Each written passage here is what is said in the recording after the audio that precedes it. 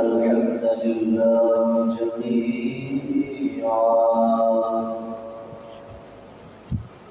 الحمد لله وكفى وسلام على عباده الذين اصطفى بارك الله لنا ولكم في القرآن العظيم ونفعنا وإياكم بالآيات والذكر الحكيم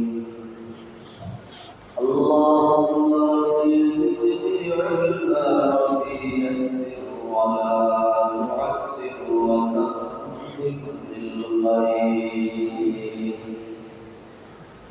رب اشرح لي صدري ويسر لي أمري واحلل عقدة من لساني يفقهوا قولي وبك نستعين يا مستعان أما بعد فأعوذ بالله من الشيطان الرجيم بسم الله الرحمن الرحيم رب هب لي من الصالحين فبشرناه بغلام حليم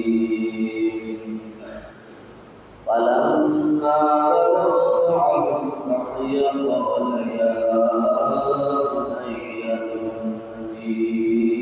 إني أرى في المنام أني أذبحك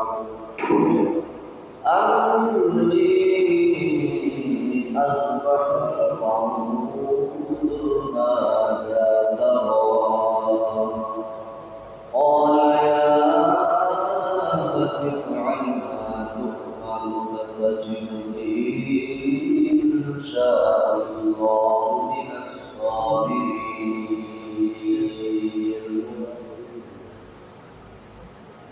وعن زيد بن أرقم رضي الله تعالى عنه قال أصحاب رسول الله صلى الله عليه وسلم ما هذه الأضاحي يا رسول الله قال سنة أبيكم إبراهيم عليه الصلاة والسلام والتسليم قالوا فما لنا فيها يا رسول الله قال لكل شعرة حسنة قالوا فالصوف قال لكل شعرة من الصوف حسنة أو كما قال عليه الصلاة والسلام إن الله وملائكته يصلون على النبي يا أيها الذين آمنوا صلوا عليه وسلموا تسليما اللهم صل على سيدنا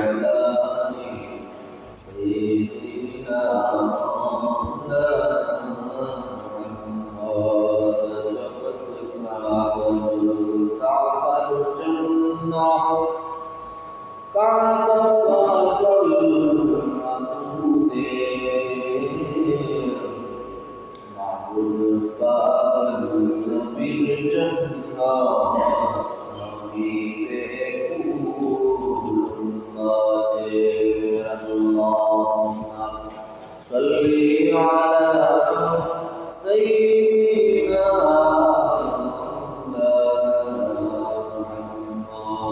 وعلى آل سيدنا مولانا محمد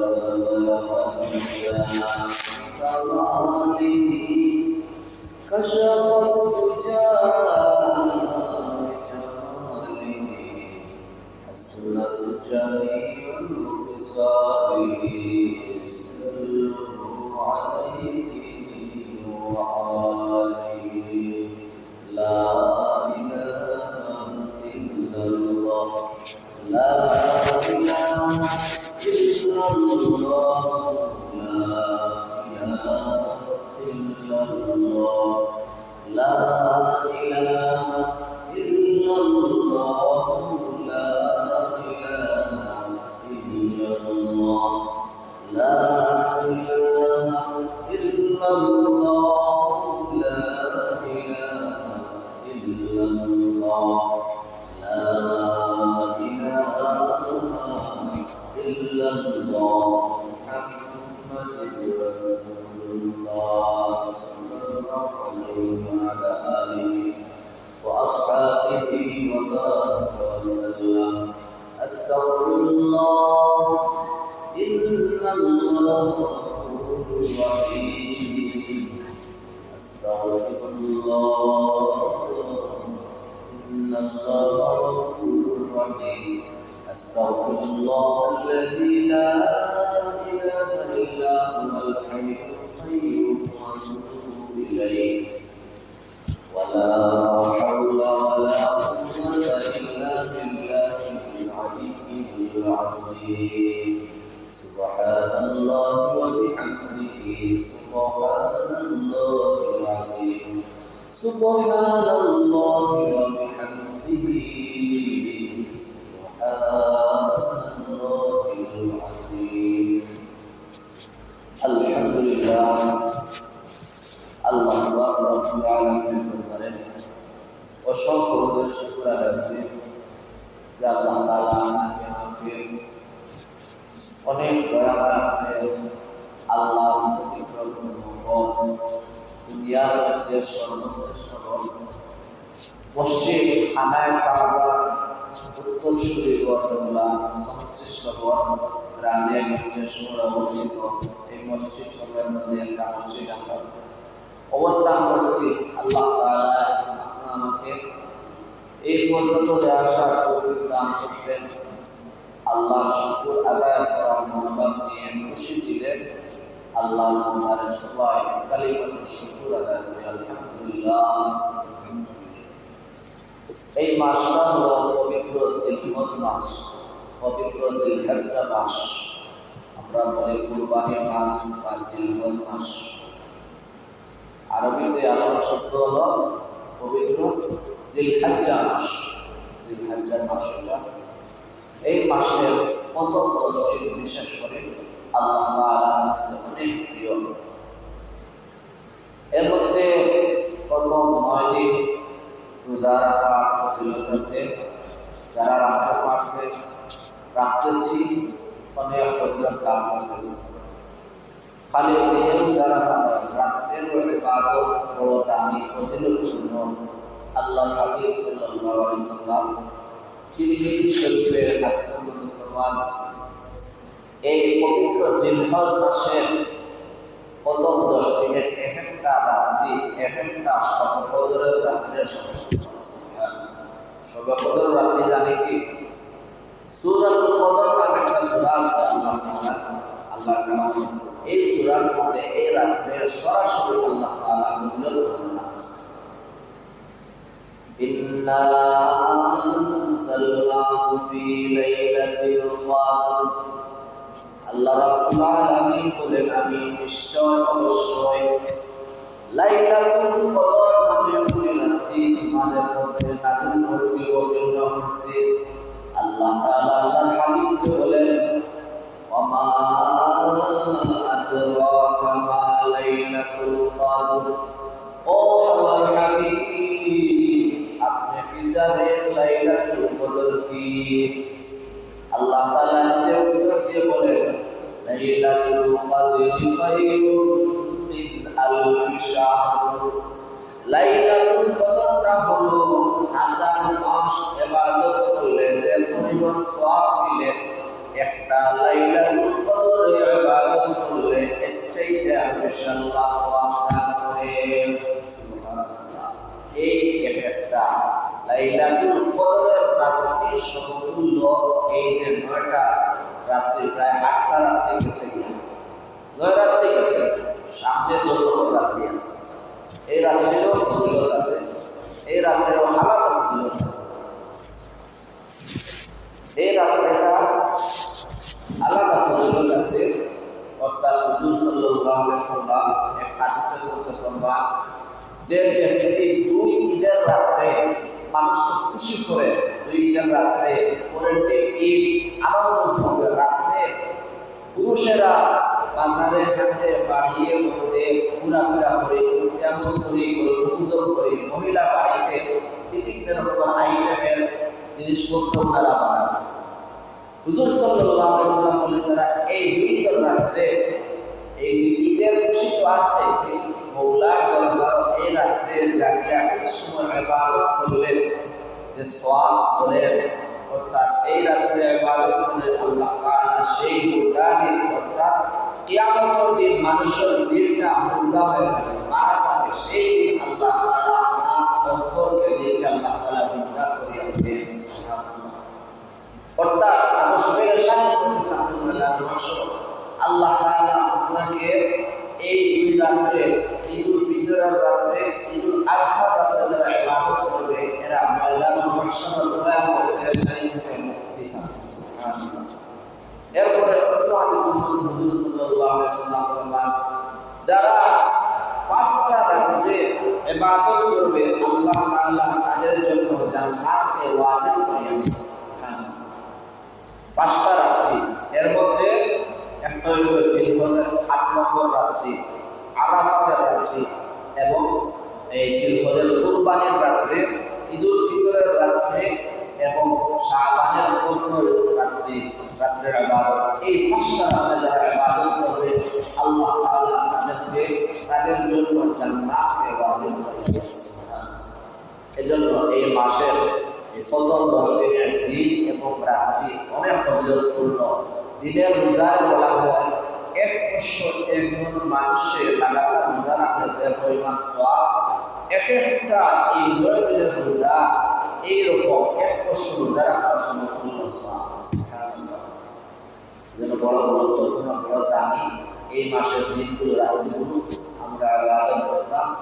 আর এই জিলহজের দিনটা আছে, এই জিলহজের দিনে আল্লাহ হাবিব সাল্লাল্লাহু আলাইহি ওয়াসাল্লাম বলেন, আলা ওয়া ইন্না আহরামাল আইয়ামি ইয়াউমুল হাসা।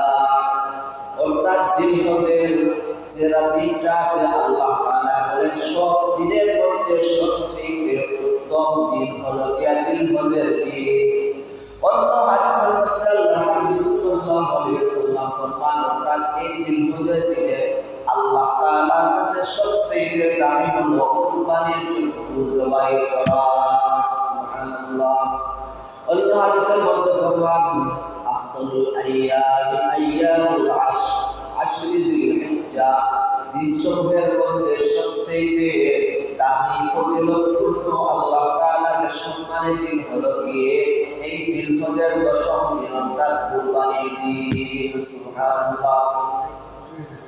আল্লাহ হাবিব সাল্লাল্লাহু আলাইহি ওয়াসাল্লাম তিরমিজি হাদিস শরীফের মধ্যে ফরমান, আমরা যে কুরবানি করি, হুজুর সাল্লাল্লাহু আলাইহি ওয়াসাল্লাম মদিনায় 10 বছর ছিলেন। আকামা রাসূলুল্লাহ সাল্লাল্লাহু আলাইহি ওয়াসাল্লাম ফিল মাদিনাতা 10 সিনিনা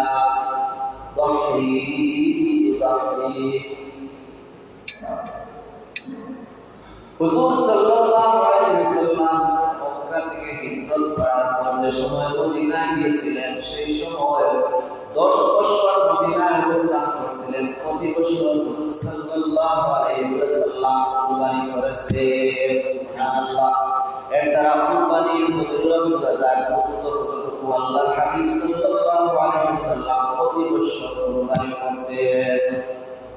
শুধু এটা শেষ না, আল্লাহর হাবিব সাল্লাল্লাহু আলাইহি ওয়াসাল্লাম তিরমিজি শরীফের হাদিসের মধ্যে ফরমান আমিলা আদামিয়ুম মিন আমালি ইয়াওমান নাহরি আহাব্বা ইলাল্লাহি মিন ইহরাতিদ দাম। আল্লাহ তাআলার কাছে অনেক দিন অনেক আমল শুরু আছে, কিন্তু সব আমলের চাইতে আল্লাহ তাআলার কাছে কুরবানির জন্তু প্রবাহ করা আল্লাহ তাআলার কাছে বেশি পছন্দনীয়। সুবহানাল্লাহ। আরে কুরবানির জন্তু আপনার কি রকম ফায়দা দেয়? ওয়া ইন্নাহু লা ইয়াতি ইয়াওমাল কিয়ামাতি বিকুরুবিহা ওয়া আশআরিহা ওয়া আসলাফিহা। কুরবানির জন্তু কিয়ামতের দিন বলা হয় তার কম নিয়ে, তার শরীরের যত পশম চুল ছিল চুল নিয়ে, তার মাথার শিরিয়ে ময়দানে হাজির হয়ে আপনার পক্ষে সাক্ষী দিবে, মওলা আপনার এই বান্দায় আপনার নেজামতির জন্য, আপনার খুশির জন্য সে আমাকে আপনার রাস্তায় কুরবানি দিয়েছে। সুবহানাল্লাহ। একটা প্রাণী আপনার পক্ষে সাক্ষী দেওয়া কত বড় গুরুত্বপূর্ণ, কত ফজিলতপূর্ণ জানেন? তারপরে বলা হয় কুরবানির দিনে রক্তটা কিরকম হবে? ওয়া ইন্নাহু লা ইয়ামুরু বিমাকানিন ক্বাবলা আন ইয়াকআ বিল আরদি ফাতিহু বিহা নাসা। অর্থাৎ কুরবানির দিন এই যে কুরবানির জন্তুর রক্তের প্রথম ফোঁটা ফোঁটা আল্লাহর হাবিব সাল্লাল্লাহু আলাইহি ওয়াসাল্লাম বলেন আল্লাহ তাআলার কাছে প্রথম ফোঁটা পড়ার আগে আগে আল্লাহ তাআলার কাছে কুরবানির জন্তুটা অনেক দামি হয়ে যায়। কুরবানির জন্তু যেহেতু রক্তের ফোঁটা আগের আগে, কুরবানির জন্তুটা যদি আল্লাহর কাছে দামি হয়ে যায়, আর যে দাতা যে কুরবানি দিচ্ছে সে কিরকম আল্লাহ তাআলার কাছে দামি হইতে পারে?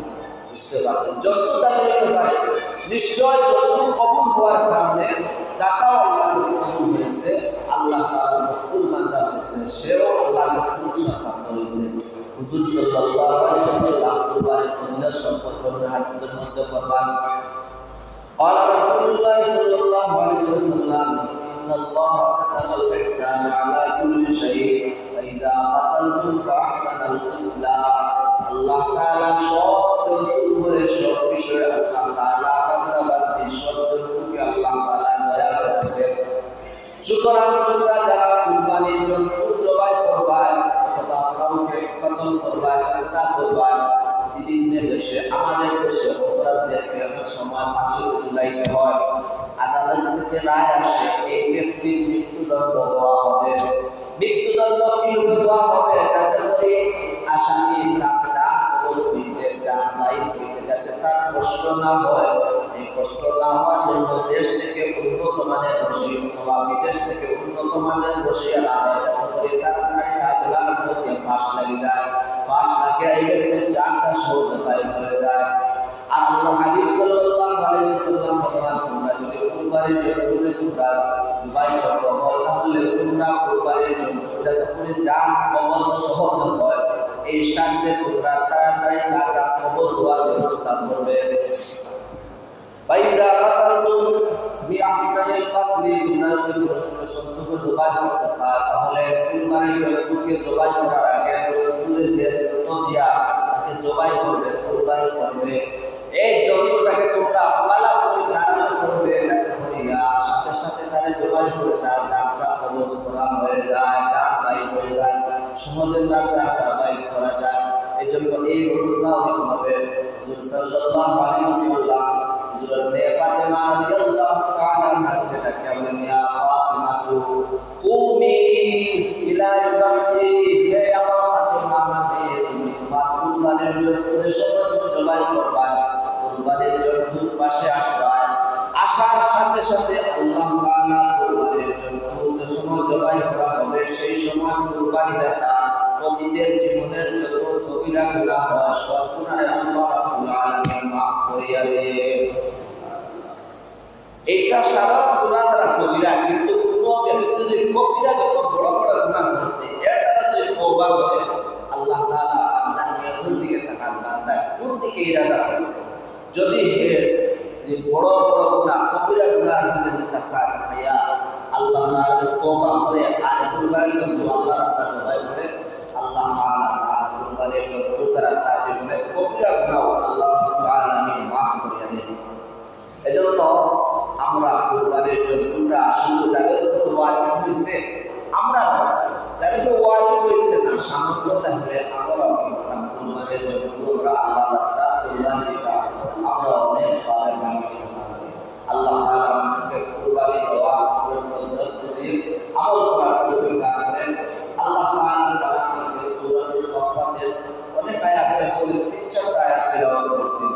আল্লাহ খলিল ইব্রাহিম খলিল আলাইহিস সালাম আল্লাহর দরবারে অনেক দিন ধরে দোয়া করতেন, রব্বি হাবলি মিনাস সালিহিন, হে আল্লাহ আমাকে একটা নেককার সন্তান দান করে। আল্লাহ তাআলা অনেক দিন যাবত ইব্রাহিমের দোয়া শুনতে শুনতে বললেন ফাবাশশারনাহু বিগুলামিন হালিম, আমি ইব্রাহিমের দোয়ারে কবুল করে বয়স 80 বছর, কেউ বলে 99 বছর, কেউ বলে 120 বছর ইব্রাহিম আলাইহিস সালামের বয়স হয়েছে। সেই সময় ইব্রাহিম খলিল আলাইহিস সালামের দ্বিতীয় স্ত্রী হযরত হাজরা আলাইহিস সালামের গর্ভ থেকে একটা সন্তান আল্লাহ তাআলা দান করেন। সেই সন্তানের নাম হলো ইসমাঈল জবিউল্লাহ। এই ইসমাঈল জবিউল্লাহ হইছেন ইসমাঈল আলাইহিস সালাম হইছেন অনেক বছর দোয়া করতে করতে কিন্তু ইসমাঈলের কাছে স্ত্রী হাজরার কাছে খলিল ইব্রাহিম আলাইহিস সালাম রাখতে পারেন না। দীর্ঘ কেউ বলে 7 বছর পর, কেউ বলে তাফসীরে জালালাইন শরীফের মধ্যে আছে, কেউ বলে 13 বছর পর তার শিশু ইসমাঈল আলাইহিস সালামের সময় চলাফেরা করার বয়স হয়েছে, হাঁটাচলা ঘোরাফেরা করতে পারে। সেই সময় হযরত ইব্রাহিম আলাইহিস সালাম সন্তানকে স্ত্রীকে দেখার জন্য সেই মক্কার মধ্যে আসলেন। আসার পরে 3 রাত্রে 3টা স্বপ্ন দেখলেন।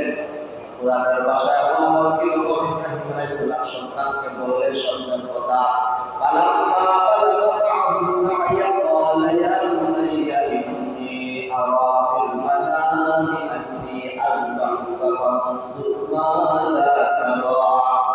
যখন শিশু সন্তান ইসমাঈল 7 বছর হোক বা 13 বছর হোক সেই সময় ইসমাঈল বড় হলেন। বড় হওয়ার পরে বাবা স্বপ্নের মধ্যে দেখছিলেন যে সন্তানকে জবাই করতেছেন আল্লাহর রাস্তায়, কিন্তু আয়াতের মধ্যে আল্লাহর রাস্তায় জবাই করছেন এটা উল্লেখ নাই। ইব্রাহিম আলাইহিস সালাম তো আল্লাহ জীবনে অনেক পরীক্ষা দিয়েছিলেন, পরীক্ষা পাস করেছিলেন। ওয়াইযিদ তালা ইব্রাহিম রাব্বুহু বিকালিমাতিন ফাতাম্মাহু ক্বালা ইন্নী জা'iলুকা লিন-নাসি ইমামা। ইব্রাহিম আলাইহিস সালাম আল্লাহ তাআলার দেওয়া অনেক কঠিন পরীক্ষা পাস করেছিলেন, কিন্তু পরীক্ষার মধ্যে পাস করার পরে আল্লাহ তাআলা ইব্রাহিমকে বললেন আমি আপনাকে জাতির পিতা বানিয়ে দিলাম। সুবহানাল্লাহ, আল্লাহ তাআলার পক্ষ থেকে জাতির পিতা। আমরা বড় যারা থাকে তাকে জাতির পিতা বানিয়ে দিই, সম্ভব নয়। জাতির পিতা, জাতির পিতা মওলা সৃষ্টিকর্তা, যাকে বানাইছেন, যাকে স্বীকৃতি দিয়েছেন তাকে মানতে হবে। এরকম ইব্রাহিম আলাইহিস সালাম আল্লাহকে আপন করে নিয়েছেন। আল্লাহ যা কিছু চাইছেন ইব্রাহিম আলাইহিস সালাম তা পরিপূর্ণ করেছেন। এজন্য বলা হয় জন্নু মেরা কুসল মেরা ফলক মেরা জমিন মেরি আবরে তু নেহি মেরা তু কোই শই নেহি মেরি। অর্থাৎ কথা বলে মওলা আমি আপনার হয়ে গেলাম, আপনি আমার হয়ে গেলেন। আপনার আসমান আসমান জমিন, আমারও আসমান আপনার জমিন, যেহেতু আমার অন্তরের সাথে আপনার মনের মিল হয়ে গেছে, জন্য যা কিছু আপনার তাই আমার হয়ে গেছে, যা কিছু আপনার ইচ্ছা তাও আমার ইচ্ছা হয়ে গেছে। আগর একটু নেহি মেরা তু কোই শয় নেহি মেরি। ও মওলা করিম, যদি আপনি যদি আমার হন না, সারা দুনিয়া যদি আমার হয়ে যায়, 7 আসমানের নিচে উপরে যত মখলুক আছে সবই যদি আমার হয়ে যায়, মওলা আমার কোনো লাভ নাই, কোনো ফায়দা নেই। এজন্য ইব্রাহিম আলাইহিস সালাম ছোট থেকে আল্লাহ তাআলার জন্য এরকম বানাছিলেন। ইব্রাহিমের স্বয়ং বাবা আজরকেও তিনি অমান্য করেছেন। আল্লাহ আজলের সকল দলগত আছে, নবুদের চাইছে সারা দুনিয়া আমার বিপক্ষ হয়ে যাক, তাহলে আমার কোনো দোষ আসে যায় না। তু কিয়া জন হয় जो सारी उठाई नहीं मुखाली, তোমার কিসের দল, তোমার কিসের বল, সারা দুনিয়া তোমার মুখালিফ হয়ে যাক, তোমার বিপক্ষে চলে যাক, আমার কোনো আসে যায় না। अगर एक खुदा मेरे लिए है, যদি আমার মওলা আমার জন্য হয়ে যায় তাহলে আমার কোনো আসে যায় না। এরকম করে ইব্রাহিম আলাইহিস সালাম পাশ করেছেন। ইব্রাহিম আলাইহিস সালাম আল্লাহ তাআলা জাতির পিতা বানিয়েছেন এবং পুরস্কার স্বরূপ আল্লাহ তাআলা শেষমেশ ইসমাঈলকে দান করেছিলেন। সেই ইসমাঈল কিরকম বাবার সন্তান, বাবাকে বললেন, বাবা সন্তানকে বললেন ইন্নী আরা ফিল মানামি আন্নী আযবাহুকা ফানজুর মাযা তারা। এত সূক্ষ্ম বিষয়, নেক বাবা নেক সন্তান হয়েছে, বুঝতে পারছে। বাবা বললেন আমার সন্তান, আমি তোমাকে স্বপ্নে দেখছি, তোমাকে আমি জবাই করতেছি, তোমার অভিমত কি, তোমার পরামর্শ কি? ইব্রাহিম আলাইহিস সালাম স্বপ্ন দেখছে, আম্বিয়া একরাম স্বপ্ন দেখেন, সেগুলা কোনো মন করা স্বপ্ন হইতে পারে না। আল্লাহ তাআলার পক্ষ থেকে স্বপ্ন হয়, ইব্রাহিম আলাইহিস সালাম আল্লাহ তাআলার পক্ষ থেকে স্বপ্ন দেখছিলেন, কিন্তু ছেলেকে তিনি উড়াইলেন না যে আল্লাহ তাআলার পক্ষ থেকে, কিন্তু বাপর ছেলে, বাপ का बेटा सिपाही का हुआ अगर उसने ही हो तो दुआ दुआ। বাপের সন্তান একটা প্রবাদ বাক্য আছে, ওটা বাপের সন্তান, বাপের মতো উপমা হলেও সন্তান কিছু না কিছু বাপের গুণাগুণ সন্তানের পায়।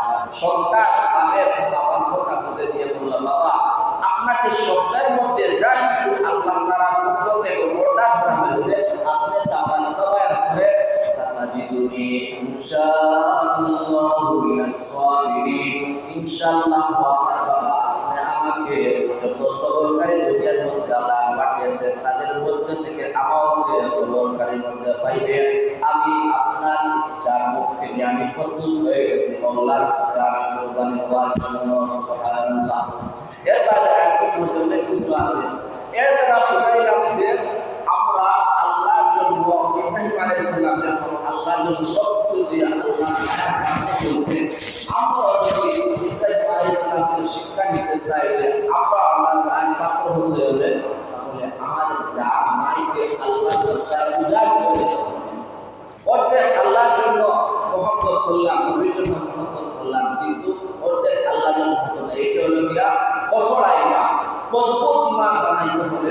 আল্লাহর পরিপূর্ণ প্রিয় পাত্র হইতে হলে, আল্লাহর কাছে পছন্দ হইতে হলে আল্লাহর জন্য সব কিছু বিনা দ্বিধায় উজাড় করতে হবে।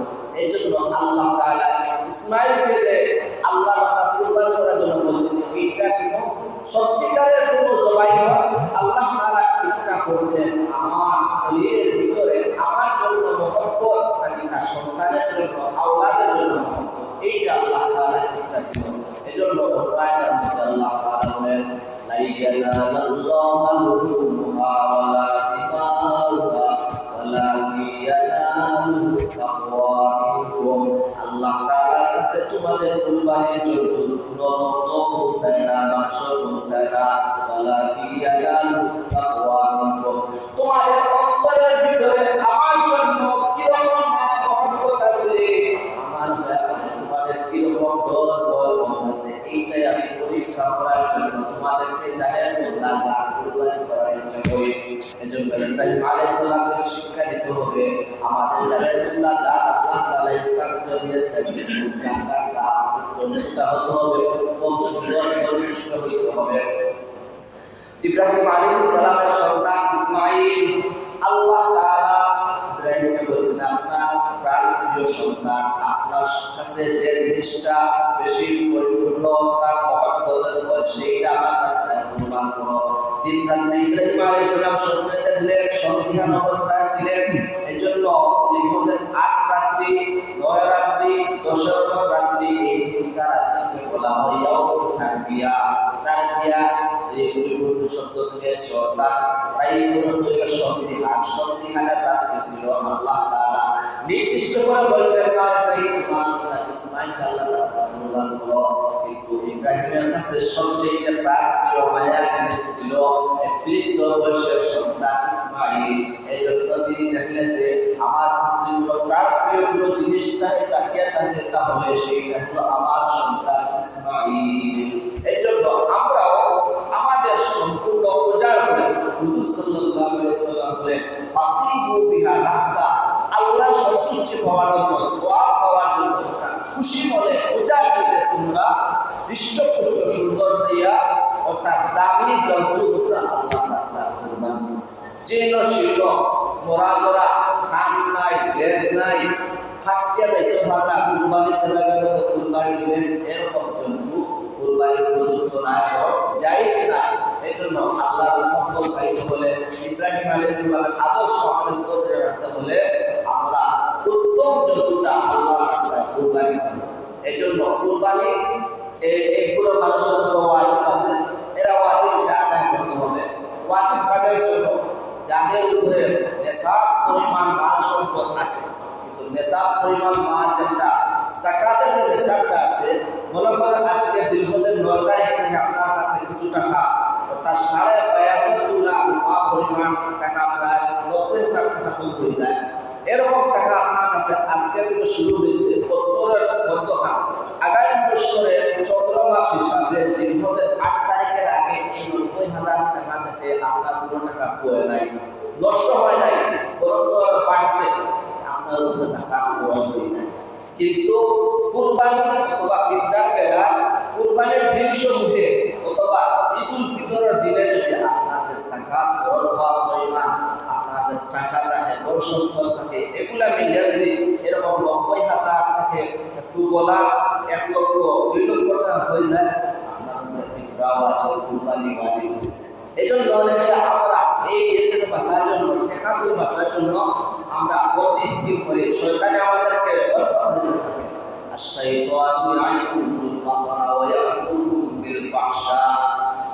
অথচ বিপরীত কথা এটা বোঝায়, শয়তান আপনাকে বোঝায় আল্লাহর রাস্তায় কুরবানি করবে, এইটা তো তুমি উকিল হয়ে যাবে, কিন্তু না, কুরবানি না করার কারণে আল্লাহর রাস্তায় আপনার উপরে কুরবানি ওয়াজিব হয়েছে, ফিতরা ওয়াজিব হয়েছে, এটা না করার কারণে সম্পদ রাখলেন, সম্পদ বাড়াইলেন, সম্পদের মধ্যে বরকত নেই, আরাম নেই, সম্পদ দেখা যায় গিয়া সম্পদ আপদে পড়ে আপনার সারা সম্পদ শেষ হয়ে গেল। এই জন্য শয়তানের প্রসেসর বাড়ালে অনেকে বাঁচার জন্য মনে করি তো আমার তো সম্পদ 1 বছর হয়েছে না, তাহলে আমার উপর কুরবানি ওয়াজিব না, এটা না। কুরবানির দিন অর্থাৎ আগামীকাল থেকে কুরবানির দিন শুরু হবে, এরপর আরো 2 দিন অর্থাৎ হযরত ইবনে ওমর রাদিয়াল্লাহু তাআলা বর্ণিত, আলী ইবনে ওমর রাদিয়াল্লাহু তাআলা আনহু আলা দাহি ইয়াওমানি বা'দা ইয়াউমিল আযহা, অর্থাৎ কুরবানি সর্বমোট 3 দিন।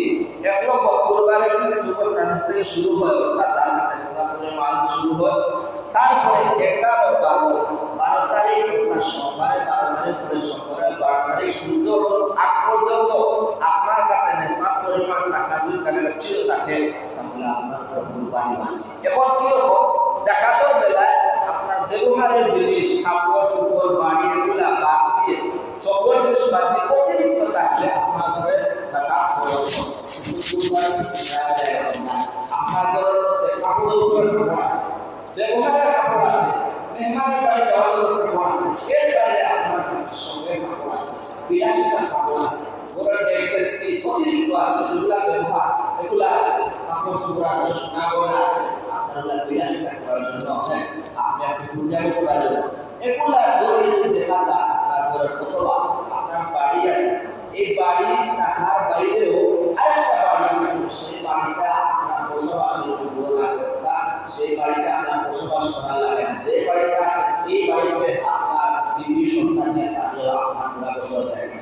অতিরিক্ত বাড়ি দরকার, শহর বাড়িটা ধরে তো আপনার মিল আছে, ফ্যাক্টরি আছে, এরকম ফ্যাক্টরি আপনার টাকা আছে, এগুলো এসে আপনার দেখবেন 90,000 টাকার মতো হয়ে যায় আপনার কাছে, যদি সারা বছর আপনার কাছে 90,000 টাকা নেই, কিন্তু এই কুরবানি এই 3 দিনের ভিতরে আপনার কাছে 90,000 টাকা পরিমাণ টাকা অতিরিক্ত থেকে যায়, তাহলে আপনার কুরবানি ওয়াজিব। আমরা তো জানি না কুরবানির দ্বারা অনেক লাভ ফজিলত, অনেক লাভ রাসূল সাল্লাল্লাহু আলাইহি ওয়াসাল্লাম অনেক হাদিস বর্ণিত আছে। হযরত যায়েদ ইবনে আরকাম রাদিয়াল্লাহু তাআলা থেকে হাদিসটা বলেন রাসূল সাল্লাল্লাহু আলাইহি ওয়াসাল্লাম সাহাবায়ে কেরামের দল জিজ্ঞাসা করলেন, ইয়া রাসূলুল্লাহ মা হাযিল আদাহি, ইয়া রাসূলুল্লাহ এই কুরবানিটা কি? রাসূল সাল্লাল্লাহু আলাইহি ওয়াসাল্লাম বলেন, সুন্নাত আযীকুম ইব্রাহিম, এটা আমাদের পিতা হযরত ইব্রাহিম আলাইহিস সালামের আদর্শ সুন্নাত, এটা বাস্তবায়ন করতে হবে। রাসূলুল্লাহ এই কুরবানির দ্বারা আমাদের কি ফায়দা? রাসূল সাল্লাল্লাহু আলাইহি ওয়াসাল্লাম বলেন বিকুল্লি শাআরাতিন হাসানা, প্রত্যেকটা রূহের বদলা একটা আল্লাহ তাআলা সুবহান। একটা কুরবানির জন্য মনে করেন ছোট ছোট করতে একটা আছে, মনে করেন এই বকরি আছে, এগুলা বেড়া আছে, দুম্বা আছে, এগুলা একটা মাথার বলেন বা হাতের বলেন বা পায়ের একটা রূপ করতে কি আজকে শেষ করতে পারবেন? পারবেন না। আর সারা শরীরে আপনি গণনা করেন তো অনেক দিন লেগে দিবে, শেষ করা যাবে না। ওটা লক্ষ লক্ষ কোটি কোটি পর্যন্ত কোটির উপরে রূপ আছে। এত রূপার আপনি একটা সামান্য ছোট জন্তুলা সাপ লাভ করতে পারেন। আর এর চাইতে বড় জন্তু মনে করেন গরু আছে, মহিষ আছে, উট আছে, এগুলা আরো বড় জন্তু, শরীরের মধ্যে আরো রূপ আছে, আরো সাপ আছে। সাহাবায়ে কেরাম বললেন ইয়া রাসূলুল্লাহ ফাসুহু ক্বালা কুল্লি শা'রাতিন মিনাস সুবি হাসানা। অর্থাৎ সাহাবায়ে কেরাম বললেন ইয়া রাসূলুল্লাহ বেড়া এবং দুম্বা শরীরের মধ্যে তো বেশি রূপা থাকে, পুরা রূপ থাকে, এগুলার ব্যাপারে কি, এগুলার কি যতটা রূপ আছে ততটা সওয়াব হবে? সাল্লাল্লাহু আলাইহি ওয়াসাল্লাম বলেন প্রত্যেকটা রূপের বদলায় পুরা রূপ আছে, ছোট ছোট রূপ আছে, পুরা রূপ বলা হয়। চুলের বাইরে পুরা রূপ আছে, এগুলা আল্লাহ পুরা লাগে একটা বদলায় একটা সওয়াব দান করেন। ছোট জন্তুর মধ্যে এত প্রশমিত সওয়াব, বড় জন্তুর মধ্যে কত প্রশমিত সওয়াব থাকবে। এই জন্য আমাদের যাদের উপর কুরবানি ওয়াজিব হয়েছে আমাদের অধিকার, যাদের উপরে ওয়াজিব হয়ে যায় আমাদের অধিকার, এই সওয়াবের দিকে তাকাইলে দেখা যায় অনেক আমরা লাভবান হতে পারি। এই জন্য কুরবানি থেকে মহরুম হইতাম না। আর যদি কুরবানি না দেয় হুজুর সাল্লাল্লাহু আলাইহি ওয়াসাল্লাম দোয়া করে বলেন আওয়াজাদা সাআতান লিআন ইউদাহিয়া ওয়ালা ইউদাহা ফালা ইয়াকুলু সাল্লাল্লাহু। যে ব্যক্তির উপরে কুরবানি ওয়াজিব হইল, ওয়াজিব দোয়া করে যদি সেই ব্যক্তি কুরবানি দেয় না, কুরবানি ওয়াজিব হইছে, টাকা আছে, কুরবানির জন্য কোন বলে সে কুরবানি করতে কিন্তু সে কুরবানি না।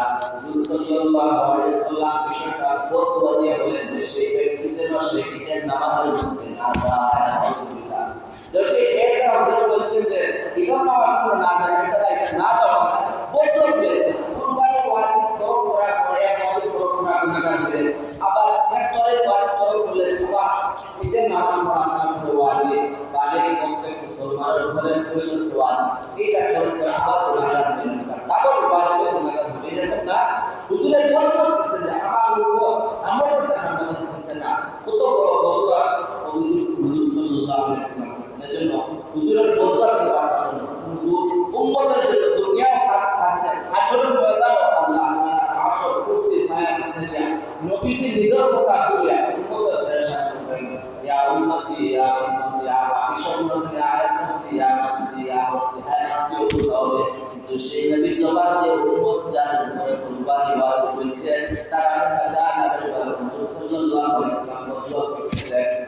এজন্য কুরবানির কর্ম যাদের উপর ওয়াজিব আছে, এরপরও কুরবানি করার উদ্দেশ্য হলো কি আখিরাতের মধ্যে অনেক সওয়াবের ভাগী হওয়া, সওয়াবের ভাগী হওয়া মানে জান্নাতে হওয়া। পারপার্শ্বিক দুনিয়ার মধ্যে আল্লাহ তাআলা আপনার জানকে মালকে হেফাজত করবেন, জানের মধ্যে আল্লাহ রাব্বুল আলামিন বরকত দান করবেন। কুরবানির জন্য তিন ধরনের আছে, অর্থাৎ বেড়া, দুম্বা, বকরি এরকম আছে, তবে আছে গরু আছে, মহিষ আছে, উট আছে। বেড়া, দুম্বা, বকরি, খাসি এগুলা 1 বছর থাকতে হয়, 1 বছর না হইলে কুরবানি হয় না। তবে হুজুর সাল্লাল্লাহু আলাইহি ওয়াসাল্লাম প্রমাণিত অর্থাৎ বেড়া অথবা দুম্বা এই তিন প্রাণীর মধ্যে কোনো প্রাণী 6 মাস যদি হয় কিন্তু দেখা যায় 1 বছরের বেড়া অথবা দুম্বা সমপরিমাণ বড় হয়ে গেছে, তাহলে আমাদের রাস্তার মধ্যে বলা হয় এই 6 মাসের বেড়া দুম্বা কুরবানি দেওয়া হবে। কিন্তু ছাগলের দেওয়া হয়, বকরির দেওয়া হয়, খাসির দেওয়া হয় 6 মাস হলেও আর 1 বছরের বকরি সমপরিমাণ বড় হয়ে যায়, এটা না কুরবানি, এটা আমরা আকর্ষণ করি একদিন কম হবে না। এবং গরু এবং মহিষের 2 বছর পুরা হইতে একদিন কম হইলে হইতো না, 2 করে 5 বছর হইতে হবে, 5 বছর না ছাড়া ওদের কুরবানি আমরা জায়েজ হবে না। আর আমরা অনেক কুরবানি দেওয়ার জন্য মাঠের মধ্যে যাই, বাজারে যাই, ক্রয় করি, আমরা এত লক্ষ টাকা দিয়ে এত হাজার টাকা দিয়ে একটা জন্তু ক্রয় করলাম, ক্রয় করার পর দেখা যায় যে 1500 টাকার জন্য একটা কুরবানির জন্তু আমরা নষ্ট করে ফেলি। এরকম আমরা দেখা যায় শিল্প করার জায়গা সেটা মহল দেওয়া আছে, তার সাথে বিভিন্ন রকম আমরা কারখানা করে 1,000 টাকা কম দিয়ে আসি, অথবা কি করে আমরা খাতারে নিয়ে আসি তার টাকা দিই না, সিলেট টাকাও দিতে হবে। অর্থাৎ কুরবানির যতটুকু আপনার ফুল ফ্রেশ হতে হবে, ফুল ফ্রেশ যদি না হয় তাহলে কুরবানি আদায় হবে না। অথবা আপনার যার মধ্যে জবাই করেছেন যে সে খুশি হয় এবং খুশি করার আলাদা কোনো পারিশ্রমিক দিবেন। আবার বন্টন করার সময় অর্থাৎ কুরবানির জন্তুরে জবাই করার পর যে মাংস কাটা হয়, মাংস কাটার সময় দেখা যায় একগুলো মানুষ মাংস কাটে, এরা দেখা যায় পরিশ্রম হিসাবে মাংস দেওয়া, এইটা দিলে ঠিক হবে না, আপনার কুরবানি জায়েজ হবে না। অর্থাৎ তার আলাদা পারিশ্রমিক টাকা দিবেন। আর আপনি তাকে কুরবানির জন্তু দিলে গরিব মিসকিন বা খারাপ প্রতিবেশী আত্মীয় দিবেন, তার এই মাংস দিবেন, এর থেকে তার একটা আলাদা দিতে পারেন, পারিশ্রমিক হিসেবে দিলে আপনার কুরবানি জায়েজ হবে না। আবার শরীরের কথা কুরবানি করতে শরীরটা গরু মহিষ এবং উটের মধ্যে 60 জন কুরবানি করতে পারে। এই 60 জন কুরবানি করার ব্যাপারে আবার শরীরের মধ্যে খুব সতর্ক থাকতে হবে। কোনো শরীরের মধ্যে যদি কোনো গলত কোনো নিয়ম থাকে তাহলে বাকি 6 জন আছে সবার কুরবানি নষ্ট হয়ে যাবে, কুরবানি হয় না। এই জন্য চিন্তা করে দেখতে হবে যে কোনো সুদ করে আমার সাথে কুরবানি দেননি, কোনো ঘুষ করে কুরবানি দেননি, অথবা কারো মনের ভিতরে যে কুরবানির সুস্থ হওয়ার খায়েশ আছে, এরকম খায়েশ করলে যদি আপনার মনোভাব তাকে দেখেন তাহলে মনে করবে তার সাথে আপনার কুরবানি মমতা বাকি সব শরীরের কুরবানি নষ্ট হয়ে যাবে। সময় কম বা বাকি কথাগুলো বলতাম আল্লাহ আল্লাহ আল্লাহ যা শুনলাম আমি